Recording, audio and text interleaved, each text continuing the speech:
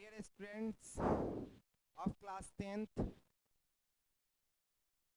Electricity में कुछ अभी टॉपिक हीटिंग इफेक्ट और पावर बचा हुआ है, उसको हम लोग आगे फिर देखेंगे। तब तक हम सोचे केमिस्ट्री शुरू हो जाए। आप लोगों पर ज़्यादा प्रेशर है क्योंकि आप लोग को बोर्ड का एग्ज़ाम देना है और इस विकट परिस्थिति में हम आपके साथ हैं।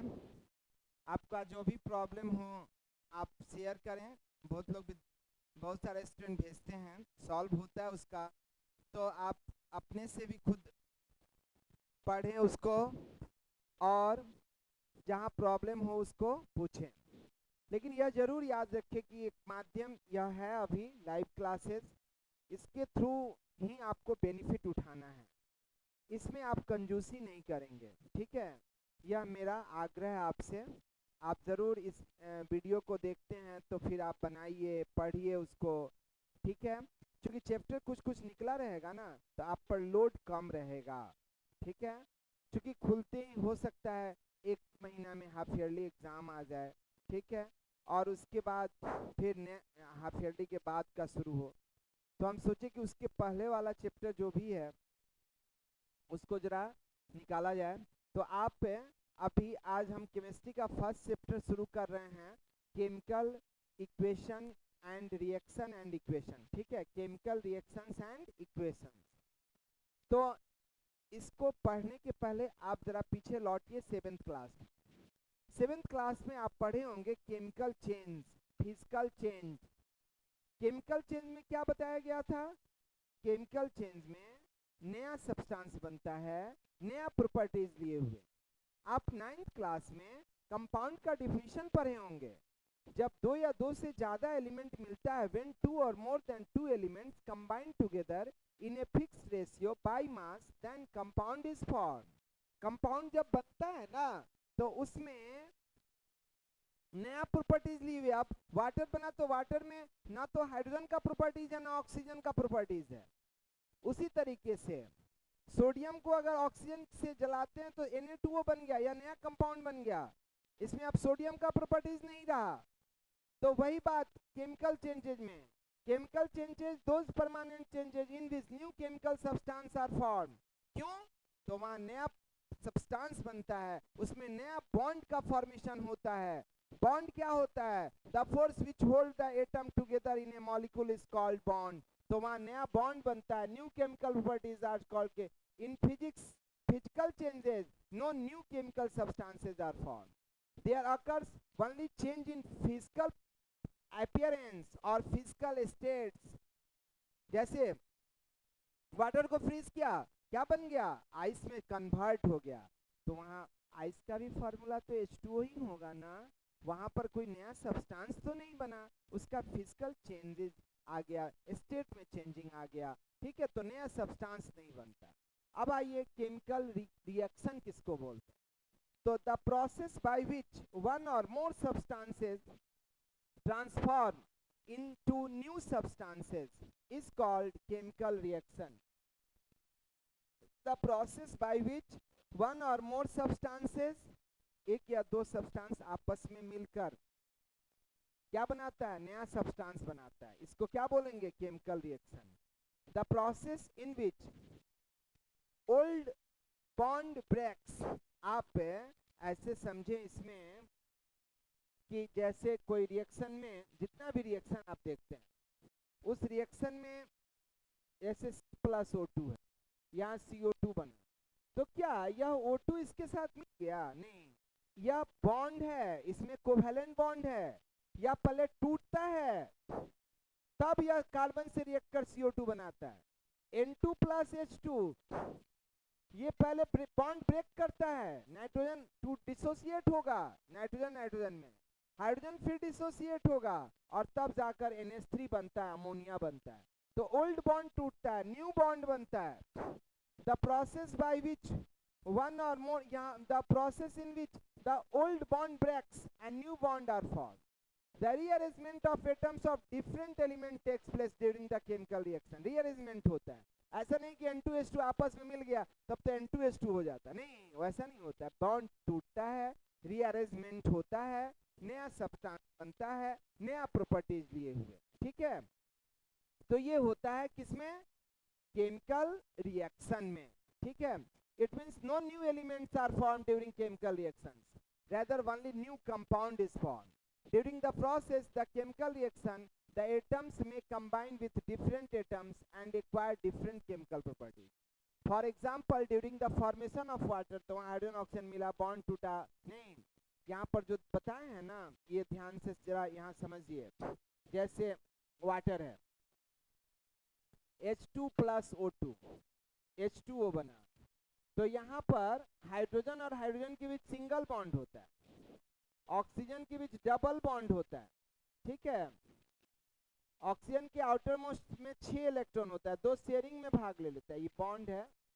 और 2 to 4 to 6 to 8, अब ये टूट के वाटर बन गया। अब वाटर जब बना ना तो वाटर का ऐसे स्ट्रक्चर होता है, वाटर में एक एक इलेक्ट्रॉन का शेयरिंग कर हाइड्रोजन सिंगल कोवेलेंट बॉन्ड बना लेते हैं, तो नया बॉन्ड बना, नया प्रॉपर्टीज लिए हुए, यही होता है केमिकल रिएक्शन में, ये ध्यान में रखेंगे, ठीक है।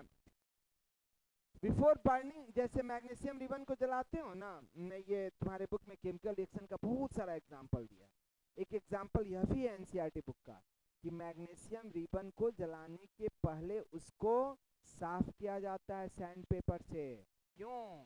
मैग्नीशियम अपने ऊपर लेयर बना लेता है मैग्नीशियम ऑक्साइड का, ठीक है। तो वो भी आप लिख लेंगे या कहीं कहीं पर देता है, बेसिक मैग्नीशियम कार्बोनेट का लेयर फॉर्म कर लेता है। उसको हटाने के लिए हम वहाँ सैंड पेपर का यूज करते हैं। जब भी मैग्नीशियम को जलाएंगे तो उसको पहले साफ कर लेंगे। मैग्नीशियम जलता है ना तो वहां भी Mg+O2 MgO बना, डैजलिंग व्हाइट फ्लेम देता है, याद रखना। और जो जल के नीचे गिरता है व्हाइट एस, उसको एक प्लेट में जमा कर लेंगे और उसमें वाटर मिलाएंगे तो वह रेड लिटमस को ब्लू कर देगा। मालूम होना चाहिए मैग्नीशियम मेटल है और metallic oxides are basic in nature.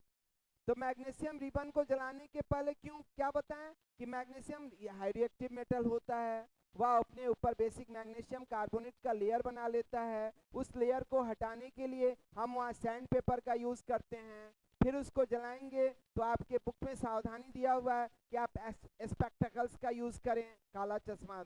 और फिर चूंकि उससे लाइट ज्यादा निकलता है, डैजलिंग व्हाइट फ्लेम देता है। और जलने के बाद जो व्हाइट एस आता है वह मैग्नीशियम ऑक्साइड होता है MgO। और उसमें पानी मिला के जब ये रेड लिटमस को डालेंगे तो वह ब्लू कलर में चेंज कर देगा। तो ये याद रखना, ठीक है। उसके बाद आप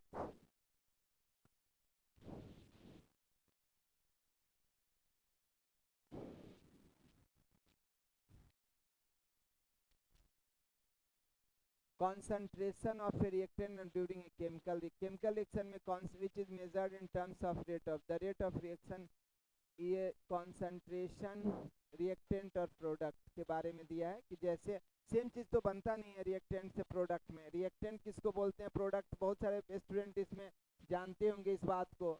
ये अगर कोई भी कंपाउंड रिएक्शन लिख रहे हैं H2+O2 H2O बना, तो याद रखना इधर वाले को क्या बोलेंगे रिएक्टेंट, इधर क्या बोलेंगे प्रोडक्ट बोलेंगे। तो इसमें यही चीज जानना है। अब आओ केमिकल काइनेटिक्स। केमिकल काइनेटिक्स एक ब्रांच हो गया केमिस्ट्री का। Chemical kinetics is the study of the rate of chemical reactions and factors affecting the rate of reaction as well as mechanism of chemical reaction. मतलब chemical kinetics में हम लोग इसके बारे में पढ़ते हैं, केमिकल रिएक्शन और उसका फैक्टर जो उसको इन्फ्लुएंस करता है। नहीं, जैसे मान लो कि ज्यादा हीट पर कोई केमिकल रिएक्शन फास्ट हो जाता है, कैटलिस्ट के प्रेजेंस में रिएक्शन तेज हो जाता है। तो कौन कौन सा इन्फ्लुएंस केमिकल रिएक्शन को प्रभावित करता है? Chemical kinetics is the study of the rate of chemical reactions and factors affecting the rate of reaction as well as mechanism of a chemical reaction. The substances which, यहाँ पर definition भी लिख दिया गया है। The substances which take part in a chemical reaction are called reactant and the substances which are formed during chemical reaction are called products. Characteristics of chemical reaction, देखो characteristics में सबसे पहले evolution of gas. Chemical reaction का पीछे example बहुत सारा तुम्हारे book में दिया है, जैसे रस्टिंग ऑफ आयरन हो गया, खाना का बनना हो गया, राइपनिंग ऑफ फ्रूट्स हो गया, ये सब केमिकल चेंजेस में आता है और केमिकल रिएक्शन का एग्जांपल हुआ। मीथेन को जलाते हो तो CO2 बनता है और वाटर बनता है, तो वहां भी यह केमिकल रिएक्शन का ये सब बहुत सारा एग्जांपल, अब तो आएगा ही एग्जांपल इसमें बहुत सारा। तो अब हम लोग कैरेक्टरिस्टिक्स ऑफ केमिकल रिएक्शन में, तो आपके बुक में दिया हुआ है कि कुछ रिएक्शन कैरेक्टरिस्टिक्स में जैसे दिखाता क्या क्या है कैरेक्टरिस्टिक्स ऑफ केमिकल रिएक्शन। तो कोई रिएक्शन में देखेंगे कि गैस निकल रहा है, किसी में फॉर्मेशन ऑफ प्रेसिपिटेट हो रहा है, तो कोई सॉलिड से गैस में चेंज कर जा रहा है, ठीक है, कोई किसी में कलर चेंज हो जा रहा है, तो ये होता है कैरेक्टरिस्टिक्स ऑफ केमिकल रिएक्शन। तो सबसे पहले इवोल्यूशन ऑफ गैस, बहुत सारा रिएक्शन है, इसको एक याद रखेंगे, कुछ ट्रिक है इसमें। एसिड को जब भी मेटल कार्बोनेट से रिएक्ट कराएंगे, मेटल कार्बोनेट का मतलब हो गया Na2CO3 K2CO3 CaCO3 MgCO3, अब उसको आप एसिड से कोई रिएक्ट कराइए HCl H2SO4, तो वहां पर कौन सा गैस निकलता है, CO2 गैस निकलता है, ठीक है, याद रखना। जैसे यहाँ समझो रिएक्शन में, जैसे K2CO3 प्लस HCl, यहाँ प्रोडक्ट बना KCl plus CO2 plus H2O, तो ये साल्ट बना, कार्बन डाइऑक्साइड गैस बना और H2O बना। कार्बन डाइऑक्साइड गैस टेस्ट भी याद रखना, बार बार बताएंगे। कार्बन डाइऑक्साइड गैस है ना, लाइम वाटर को मिल्की कर देता है, तो ये गैस जो निकला यह एफरवेसेंस साउंड देता है और लाइम वाटर को मिल्की कर देता है, इस बात को याद रखना। तो मेटल को भी एसिड से रिएक्ट कराइएगा तब भी गैस निकलता है। जैसे जिंक ग्रेन्युल्स को सल्फ्यूरिक एसिड से रिएक्ट कराओगे तो वहां बनेगा प्रोडक्ट ZnSO4 प्लस H2, तो यहाँ हाइड्रोजन गैस निकला। हाइड्रोजन गैस जब चलता है ना तो पॉपिंग साउंड देता है, ये भी आई सब याद रखना है। कार्बन डाइऑक्साइड का test, carbon dioxide lime water को मिल्की कर देता है, हाइड्रोजन गैस जलेगा तो पॉपिंग साउंड देगा। ये मेटल एसिड से रिएक्ट करता है तो कौन सा गैस निकलेगा, हाइड्रोजन गैस निकलेगा, ये याद रखना। वही यहाँ रिएक्शन बताया गया इसमें, ठीक है, आपके बुक में भी होगा, इसमें तो कम कुछ कुछ दे दिए हैं, ZnSO4 Na2CO3, ठीक है। अब देखो दूसरा, formation of precipitate. Precipitate solid substance होता है, रिएक्टेंट से प्रोडक्ट के बनने में अगर वह घुले नहीं प्रोडक्ट, वह उससे अलग होकर पेंदी में बैठ जाए नीचे, तो उसको फॉर्मेशन ऑफ प्रेसिपिटेट कहा जाता है। जानते हो जब गैस निकलता है ना, इवोल्यूशन ऑफ गैस, तो उसमें अपवर्ड एरो दिया जाता है और प्रेसिपिटेट जब बनता है डाउनवर्ड एरो दिया जाता है। प्रेसिपिटेट को शॉर्ट में PPT लिखा जाता है, याद रखना। तो बहुत सारे रिएक्शन में प्रेसिपिटेट का फॉर्मेशन होता है और प्रेसिपिटेट, ये दिमाग में बैठा लेना है कि प्रेसिपिटेट सॉलिड फॉर्म में होता है। A precipitate is a solid product which separates out from the solution during a chem, अलग हो जाता है। जैसे यहाँ देखिए बेरियम क्लोराइड और Na2SO4 डबल डिस्प्लेसमेंट रिएक्शन है, यह बन गया BaSO4 और NaCl, ठीक है, NaCl। बेरियम का वैलेंसी 2 होता है, बेरियम सेकंड ग्रुप से बिलोंग करता है, ऐसा नहीं है कि इसमें जो ऐसा वैसे उतार देंगे, अपना वैलेंसी के ध्यान में रखते हुए।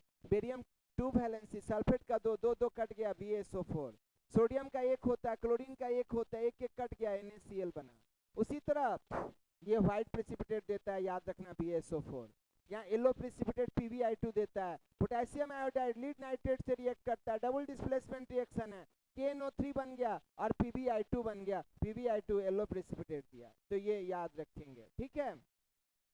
तो इसमें evaluation of gas, formation of precipitate, change in colour में, चेंज इन कलर में दिया है, इसमें भी देखेंगे कैसे कलर चेंज हो जाता है रिएक्टेंट से प्रोडक्ट के बनने में। अब इसमें evaluation of gas, formation of precipitate, ये सब यहाँ लिख भी गया है, इसको एक बार नोट पढ़ लेंगे। अब आओ change in colour. So some chemical reactions are characterised by change in colour. The chemical reaction between, ये साइट्रिक एसिड नींबू में पाया जाता है, उसको जब डालोगे ना, शायद पर्पल कलर पोटेशियम परमैंगनेट में डालते हैं तो उसका कलर पर्पल से कलरलेस हो जाता है। The chemical reaction between citric acid and purple coloured potassium permanganate, potassium permanganate का कलर कैसा होता है? पर्पल होता है, और वह उसको चेंज कर देता है, ठीक है, पर्पल से कलरलेस कर देता है। उसी तरीके से एक और एग्जांपल दिया है, chemical reaction between sulphur dioxide gas and acidified potassium dichromate, जो ऑरेंज कलर का होता है, ठीक है, change in colour from orange to green, और वहाँ जो नया सब्सटेंस बनता है उसका कलर ऑरेंज कलर में चेंज कर जाता है, यानी कि यह चेंज इन कलर का एग्जांपल हुआ। चेंज इन टेम्परेचर में देखिए बहुत सारा केमिकल रिएक्शन है जिसमें हीट इवॉल्व होता है, हीट निकलता है, और किसी किसी में हीट एब्सॉर्ब होता है। तो जिससे हीट इवॉल्व होता है उसको एक्सोथर्मिक रिएक्शन बोलेंगे। एक्सो मीन्स आउट होता है, थर्म मीन्स हीट होता है। जैसे एलपीजी, घर में एलपीजी यूज हम लोग जो करते हैं उसका मेन कंस्टिट्यूएंट C4H10 होता है। उसको जब जलाएंगे ना तो CO2 बनेगा, ठीक है, प्लस H2O बनेगा, प्लस हीट प्लस लाइट। तो यहाँ पर प्लस हीट जो प्रोडक्ट के साथ हो तो उसको एक्सोथर्मिक रिएक्शन बोलेंगे। Exo means out, therm means heat.